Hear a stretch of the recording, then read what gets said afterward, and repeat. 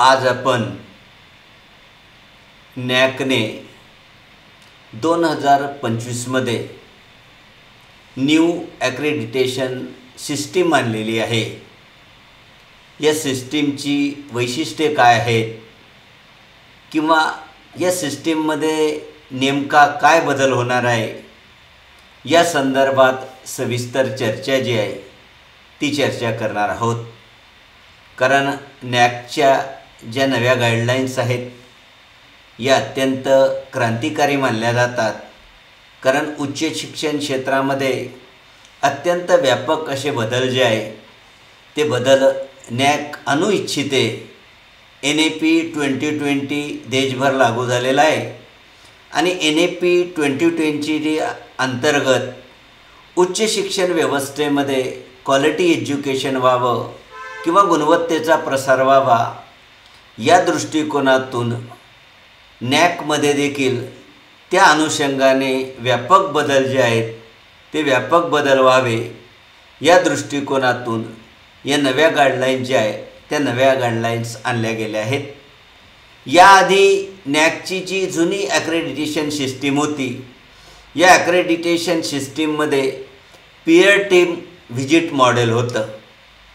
तर जुन्या नॅकच्या ॲक्रेडिटेशन सिस्टीममध्ये प्रत्येक महाविद्यालयाला पीअर टीम भेट देत असे। 70% डॉक्युमेंटेशन आणि 30% भेट असं मॉडेल होतं। परंतु हे जे ट्रॅडिशनल पारंपरिक पीअर टीम व्हिजिट मॉडेल होतं हे मॉडेल मोठ्या प्रमाणावर महाविद्यालयांच्या दृष्टिकोनातून विद्यापीठांच्या दृष्टिकोनातून खर्चिक होते। कारण पीअर टीमचे TAD असतील किंवा मोठ्या प्रमाणावर फी द्यावी लागत असे किंवा मोठ्या प्रमाणावर विलंब लागत असे। म्हणून नॅकच्या ज्या न्यू गाईडलाईन्स आलेल्या आहेत या गाईडलाईन्समध्ये हे जे जुनं मॉडेल आहे पीअर टीम व्हिजिट मॉडेल त्याच्याऐवजी नवं मॉडेल जे आहे ते नवं मॉडेल आणलं गेलं की या नव्या मॉडेलमध्ये पहिल्या 1 आणि 2 स्टेज जे आहेत या स्टेजसाठी पीअर टीम व्हिजिट जी आहे ती कॅन्सल करण्यात आलेली आहे। याआधी ज्या नॅक झालेल्या आहेत त्या भारतामध्ये फक्त 18% कॉलेजांच्या नॅक झालेल्या आहेत आणि 40% युनिव्हर्सिटी या नॅक ॲक्रेडिटेड आहेत। म्हणजे भारतामध्ये अनेक अशा संस्था आहेत की किंवा कॉलेज आहेत की त्यांनी आजपर्यंत नॅक केलेलं नाही। म्हणून नॅकमध्ये नवे चेंजेस करण्यामागचा मुख्य उद्देश असा होता की जास्तीत जास्त महाविद्यालयाचं ॲक्रेडिटेशन व्हावं, जास्तीत जास्त विद्यापीठ हे ॲक्रेडिट व्हावे। म्हणून या ज्या नव्या गाईडलाईन्स आहेत यांची अनाऊन्समेंट जी आहे ती 29 जुलै 2025 रोजी यांची अनाऊन्समेंट नॅकने केली आणि यांचं इम्प्लिमेंटेशन जे आहे ते ऑगस्ट 2025 पासून या ज्या नव्या गाईडलाईन्स आहेत नॅकच्या यांचं इम्प्लिमेंटेशन हे केलं जाणार आहे। या ज्या नव्या गाईडलाईन्स नॅककडून डिक्लेअर झालेल्या आहेत या गाईडलाईन्सचा गोल काय आहे, हेतू काय आहे, तर याचा मुख्य हेतू असा आहे की 90 ते 95% हायर एज्युकेशन देणाऱ्या इन्स्टिट्यूट आहेत या इन्स्टिट्यूटाचं 5 वर्षाच्या आत ॲक्रेडिटेशन जे आहे ते ॲक्रेडिटेशन व्हावं या दृष्टिकोनातून या गाईडलाईन्स ज्या आहेत या गाईडलाईन्स केलेल्या आहेत। कारण याआधी अत्यंत कमी महाविद्यालय आणि कमी युनिव्हर्सिटीचं ॲक्रेडिटेशन झालेलं आहे। म्हणून जवळपास ॲक्रेडिटेशनची टक्केवारी वाढवणं हा देखील उद्देश आहे। या ज्या नव्या गाईडलाईन्स आहेत या नव्या गाईडलाईन्समध्ये एकूण 5 लेवलला ॲक्रेडिटेशन केलं जाणार आहे।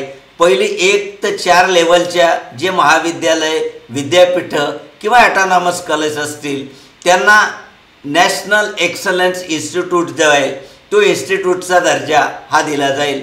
आणि लेव्हल 5ला ज्या संस्था जातील जे विद्यापीठं जातील या विद्यापीठांना ग्लोबल एक्सलन्स इन्स्टिट्यूटचा दर्जा जो आहे तो दिला जाणार आहे। म्हणजे जागतिक पातळीवरचं स्टँडर्ड जे आहे ते जागतिक पातळीवरचं स्टँडर्ड त्या संस्थांचं राहील या दृष्टिकोनातून तरतूद जी आहे ती तरतूद त्या ठिकाणी केलेली दिसून येते।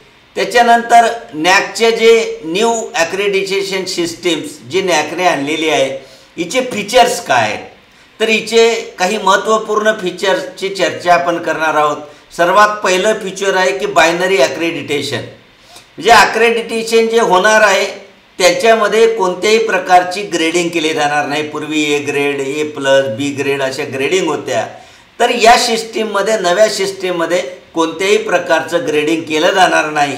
फक्त तुम्हाला ॲक्रेडिटेटेड आणि नॉन ॲक्रेडिटेटेड अशा प्रकारचा शेरा जो आहे तो शेरा दिला जाईल. म्हणजे तुमचं कॉलेज ॲक्रेडिटेड आहे की ते त्याच्यामध्ये फेल झालेलं आहे एवढंच तुम्हाला कळवलं जाईल. कोणत्याही प्रकारची ग्रेडिंग जी आहे ती ग्रेडिंग दिली जाणार नाही. कारण जुन्या सिस्टीममध्ये जी ग्रेडिंग होती, या ग्रेडिंगचे अनेक गैरवापर झालेले आहेत किंवा ग्रेडिंग मिळवण्यासाठी मोठ्या प्रमाणावर महाविद्यालयांकडून नॅक पेअर टीमला लाचलुचपत दाखवली जायची किंवा अनेक ठिकाणी गैरप्रकार झाल्याचे नॅकच्या निदर्शनास आलेले आहे. म्हणून ग्रेडिंगऐवजी फक्त ॲक्रेडिटेड आहे की नॉन ॲक्रेडिटेड आहे एवढंच त्या सिस्टीममध्ये तुम्हाला त्या ठिकाणी कॉलेजला ग्रेडिंग दिलं जाणार आहे. त्यानंतर ही जी नवी सिस्टीम आहे हिचं वैशिष्ट्य असं आहे की मॅच्युरिटी बेस्ड ॲक्रेडिटेशन. आता जे ॲक्रेडिटेशन होणार आहे ते ॲक्रेडिटेशन साधारणतः 1 ते 5 लेवलमध्ये ॲक्रेडिटेशन होणार आहे.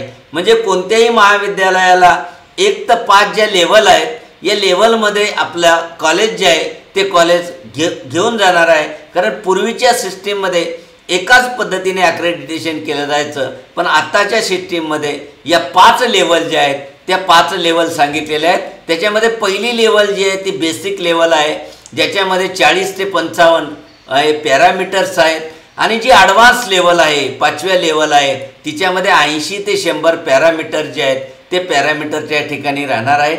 त्यानंतर हे जे नॅक होणार आहे याच्यामध्ये डॉक्युमेंट बेस्ड इव्हॉल्युशन होणार आहे. आणि या डॉक्युमेंटचं इव्हॉल्युशन करण्याची जबाबदारी AI टेक्नॉलॉजी जी आहे ती AI टेक्नॉलॉजीकडे दिलेली आहे. कारण AI टेक्नॉलॉजीच्या माध्यमातून कॉलेजकडून जे डॉक्युमेंट्स अपलोड केले जातील, या अपलोड केलेल्या डॉक्युमेंटचं AIच्या माध्यमातून इव्हॉल्युशन केलं जाईल. म्हणजे कोणत्याही प्रकारचा ह्युमन हस्तक्षेप राहणार नाही. म्हणून पक्षपात किंवा ग्रेडिंगमध्ये गैरव्यवहार या प्रकाराला आळा बसेल म्हणून AIचा वापर केला जाणार आहे.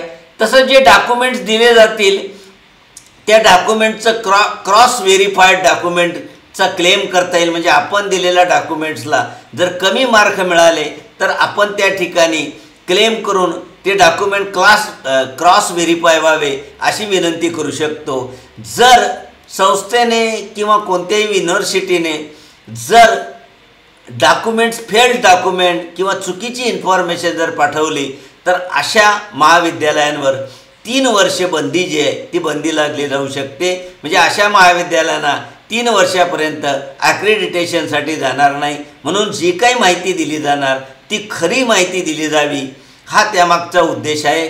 फॉल्स माहिती किंवा चुकीची माहिती ही दिली जाऊ नये, त्याच्यामागे हा उद्देश आहे. 1 नेशन 1 डाटा पॅटर्न्स म्हणजे संपूर्ण देशासाठी एकच प्रकारचा डाटा फ्रेमवर्क हा त्या ठिकाणी निर्माण केलेला आहे. वेगळ्या राज्याला वेगळं, वेगळ्या राज्याला वेगळं असं नाही. त्यानंतर इन्स्टिट्यूटचा जो स्कोर आहे ही डिफॉल्ट क्रेडिबिलिटी जी आहे ती 0.5 जो आहे तो 0.5 पासून स्कोरिंग सुरू होणार आहे. म्हणजे डिफॉल्ट क्रेडिबिलिटी 0.5 जे आहे ते 0.5 हे होणार आहे. त्यानंतर या नॅकमध्ये जे स्टेक होल्डरसाठी जे क्वेश्चन असतील ते ऑटो जनरेट केले जातील.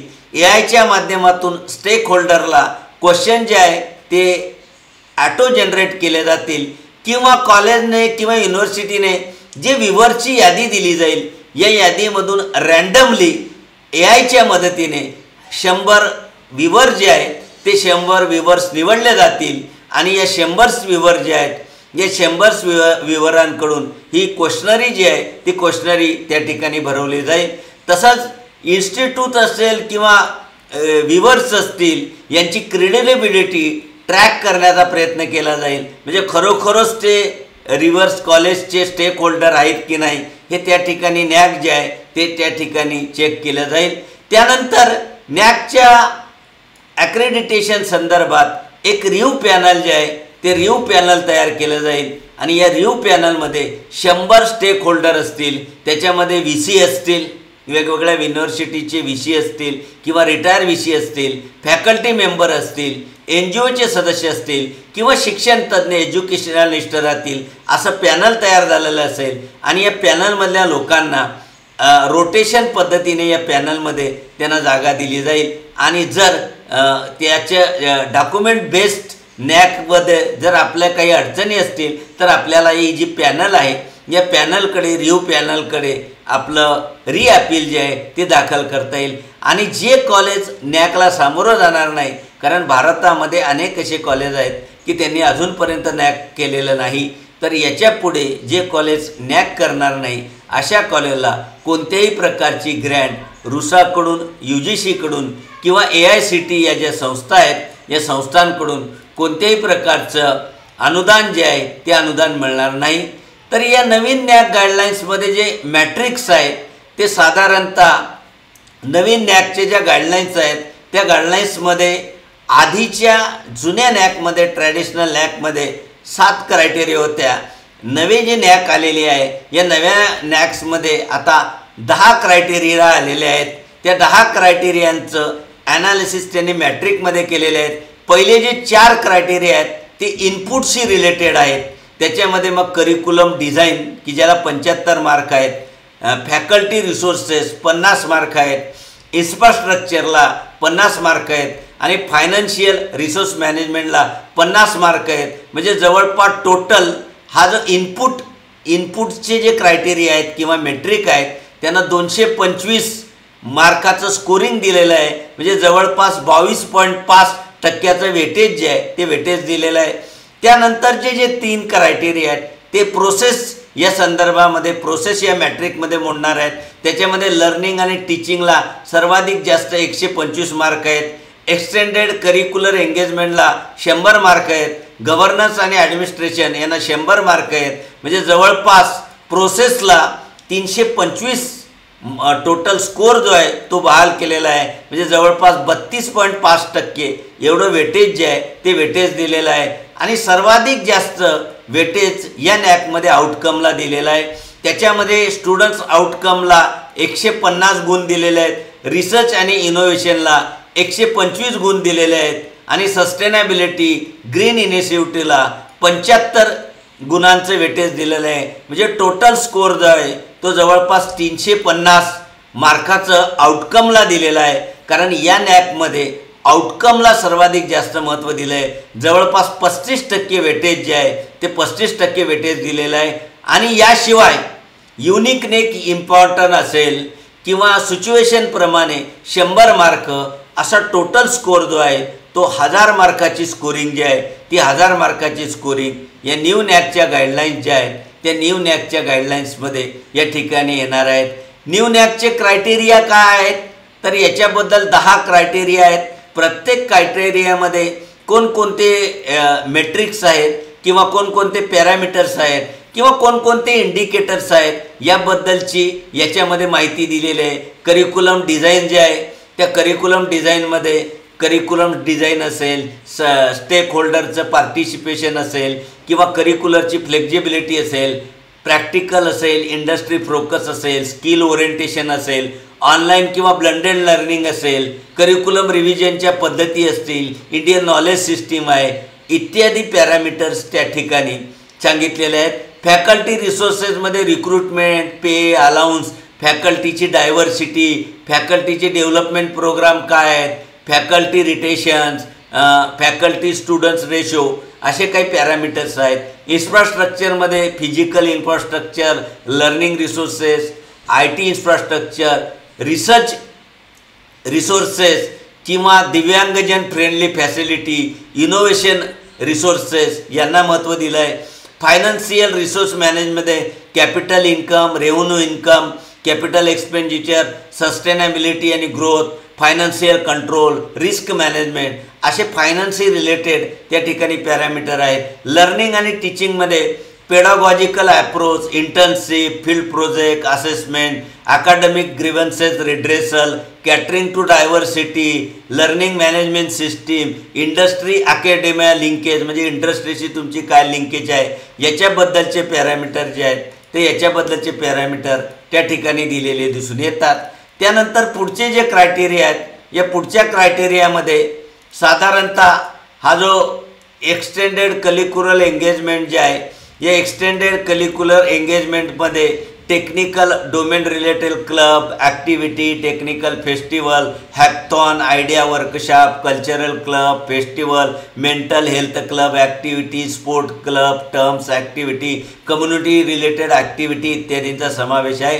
त्यानंतर ग्रीव्हन्सेस आणि ॲडमिनिस्ट्रेशनमध्ये इंटर युनिव्हर्सिटीज कोलॅबोरेटी आहे, स्टॅट्युटरी कंप्लायन्स आहेत, effective leadership, institutional development plan, e government, quality assurance system, students employee वेलफेअरच्या स्कीम, ग्रीव्हन्सेस हँडलिंग करण्याचं मेकॅनिझम हे पॅरामीटर आहे. स्टुडंट आउटकममध्ये placement, employment, academic progress, self employment, entrepreneurship, competitive एक्झाममध्ये विद्यार्थ्यांचा सहभाग, award, prize, recognition, curricular, extended curricular, enrolment ratio, graduate rate, student anomaly learning experiences यांचा समावेश आहे.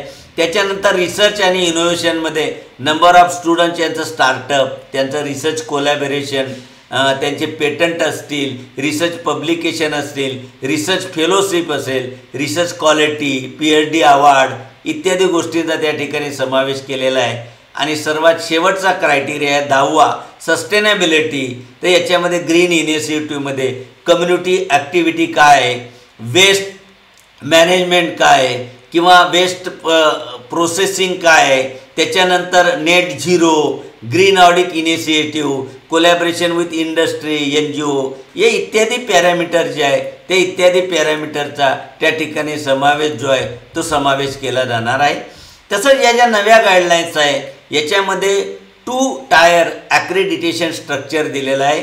कारण भारतामध्ये ज्या संस्था आहेत या संस्थांना या 2 पद्धतीने ॲक्रेडिटेशनच्या स्ट्रक्चरला सामोरं जावं लागेल. त्याच्यामध्ये बेसिक ॲक्रेडिटेशन स्ट्रक्चर जे आहे त्याच्यामध्ये बायनरी आउटकम दिलेले आहे. म्हणजे 2च प्रकारची ग्रेड तुम्हाला दिली जाईल, एक तर ॲक्रेडिटेशन आहे किंवा नॉट ॲक्रेडिटेशन आहे. त्याच्यामध्ये बेसिक ॲक्रेडिटेशनमध्ये नो साईट विजिट आहे, म्हणजे कोणत्याही प्रकारची पीअर टीम त्या ठिकाणी साईट विजिट करणार नाही. या ठिकाणी AI आणि स्टेक होल्डर जे आहेत नॅकचे यांच्यामार्फत तुमचं डॉक्युमेंटेशन व्हेरिफिकेशन जे आहे ते व्हेरिफिकेशन केलं जाईल. तसं डॉक्युमेंट बेस्ड ऑनलाईन असेसमेंट जे आहे ते असेसमेंट केलं जाईल. युनिव्हर्सिटीसाठी एकूण 55 इंडिकेटर जे आहेत ते 55 इंडिकेटर दिलेले असतील. त्याच्यामध्ये युनिव्हर्सिटीला ॲक्रेडिटेशनचा दर्जा मिळवण्यासाठी 50% गुण मिळवणे आवश्यक असेल. ऑटोनॉमस कॉलेजसाठी 50 इंडिकेटर आहेत, 45चं स्कोअर मिळणं गरजेचं आहे. आणि ॲफिलेटेड कॉलेजसाठी 40 इंडिकेटर आहेत, त्यांनी 40% मार्क हे ॲक्रेडिटेशन मिळण्यासाठी त्या ठिकाणी असले पाहिजे. आणि या नॅकचं जे वैशिष्ट्य आहे की या नॅकमध्ये मॅच्युरिटी बेस्ड ॲक्रेडिटेशन सिस्टीम जी आहे ती आणलेली आहे. या सिस्टीममध्ये पात्र कोण आहे की ज्यांचं पहिल्यांदा नॅक झालेलं आहे अशा संस्था या मॅच्युरिटी बेस्ड ॲक्रेडिटेशनमध्ये सहभागी होऊ शकतात. म्हणजे ज्या संस्थांचं आजपर्यंत नॅक झालेलं नाही अशा संस्थांना या ठिकाणी भाग घेता येणार नाही, त्यांना बेसिकमध्ये जावं लागेल. तर त्याच्यामध्ये 5 लेवल दिलेले आहेत, प्रोग्रेसिव्ह लेवल दिलेले आहेत 1 ते 5. तर याच्यामध्ये पहिली जी लेवल आहे ती पहिली लेवल ही बेसिक लेवल मानली जाते. त्याच्यानंतर 2री, 3री, 4थी, 5वी या ज्या लेवल आहेत या प्रोग्रेसिव्ह लेवल जे आहेत ते प्रोग्रेसिव्ह लेवल मानल्या जातात. पहिली जे दोन लेवल आहेत या 2 लेवलमध्ये कोणत्याही प्रकारची साईट व्हिजिट नाही, पण 3ऱ्या लेवलपासून 5व्या लेवलपर्यंत हायब्रिड व्हेरिफिकेशन केलं जाणार आहे. म्हणजे ऑनलाईन पण त्या ठिकाणी व्हेरिफिकेशन केलं जाईल, त्याच्यासोबत फिजिकल व्हिजिट जर आवश्यकता असेल तर फिजिकल व्हिजिट जी आहे ती फिजिकल व्हिजिट देखील केली जाईल. त्याच्यानंतर वेगवेगळ्या ज्या लेवल आहेत त्या लेवलमध्ये ग्रोथ ओरिएंटेड लेवल आहेत. म्हणजे ज्या पद्धतीने इन्स्टिट्यूटची ग्रोथ झालेली असेल त्याप्रमाणे त्या लेवलमध्ये आपल्याला त्या ठिकाणी मॅच्युरिटी बेस्ड ॲक्रेडिटेशनमध्ये जाणार आहे.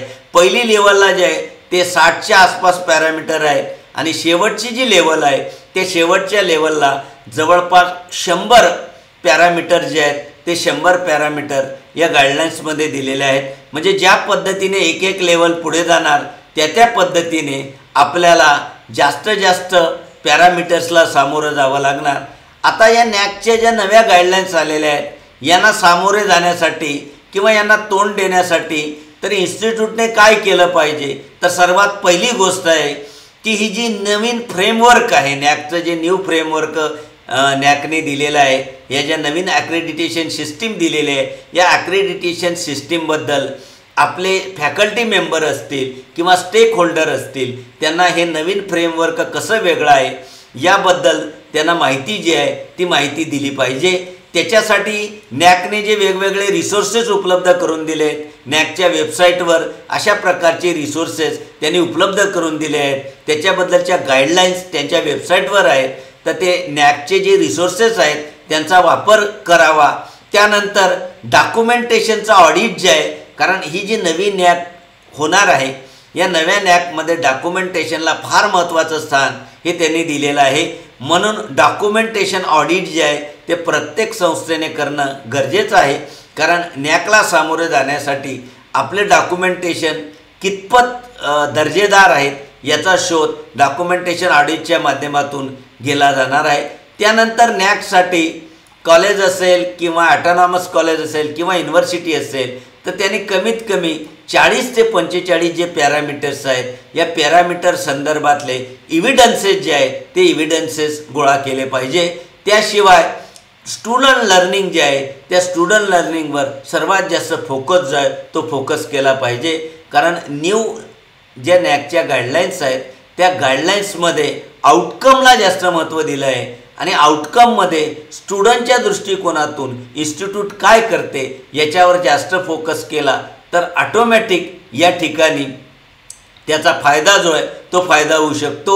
त्यानंतर प्रिपेअर फॉर, त्याच्यानंतर नॅकला सामोरे जाताना मॅच्युरिटी बेस्ड लेवलच्या दृष्टिकोनातून तयारी जी आहे ती तयारी करायचा दृष्टिकोन ठेवला पाहिजे, कारण फक्त बेसिक लेवलचं ॲक्रेडिटेशन हे फक्त नवीन संस्थांसाठी आहे, पण ज्या संस्था डेव्हलप्ड आहेत, इस्टॅब्लिश आहेत, ज्यांना ग्लोबल एक्सलन्स किंवा नॅशनल एक्सलन्सचा दर्जा पाहिजे असेल, अशा संस्थांनी मॅच्युरिटी बेस्ड लेवलच्या दृष्टिकोनातून तयारी जी आहे ती तयारी केली पाहिजे। तसंच इन्स्टिट्यूटचे जे स्टेक होल्डर आहेत, या स्टेक होल्डरचे जे फीडबॅक आहेत ते फीडबॅक या ठिकाणी तयार करणं गरजेचं आहे, कारण फीडबॅकला देखील खूप महत्त्व दिलेलं आहे। त्यानंतर इम्प्रूव्ह इंटरनल क्रेडिबिलिटी सिस्टीम, तर प्रत्येक इन्स्टिट्यूटमध्ये इंटरनल क्रेडिबिलिटी सिस्टीम जी आहे तिच्यामध्ये सुधारणा केली पाहिजे, जेणेकरून नव्या ज्या गाईडलाईन्स आलेल्या आहेत त्या गाईडलाईनच्या अनुषंगाने आपल्याला स्कोअर कसा प्राप्त करता येईल आणि जास्तीत जास्त वरच्या लेवलला कसं जाता येईल या दृष्टिकोनातून प्रयत्न करणं गरजेचं आहे। तर या पद्धतीने UGCने नॅकने ज्या नवीन गाईडलाईन्स दिलेल्या आहेत, या गाईडलाईन्सची वैशिष्ट्ये काय आहेत किंवा या नवीन गाईडलाईन्सला सामोरं जाताना नेमकं काय काय केलं आहे याबद्दल सविस्तर चर्चा जी आहे ती सविस्तर चर्चा आपण या व्हिडिओमध्ये केलेली आहे। माझा व्हिडिओ आवडला असेल तर लाईक करावा, शेअर करावा, माझं चॅनल सबस्क्राईब करावं, बेल आयकॉनचा बटन दाबण्यास विसरू नये, जेणेकरून माझ्या येणाऱ्या व्हिडिओची नोटिफिकेशन तुम्हाला प्राप्त होऊ शकेल।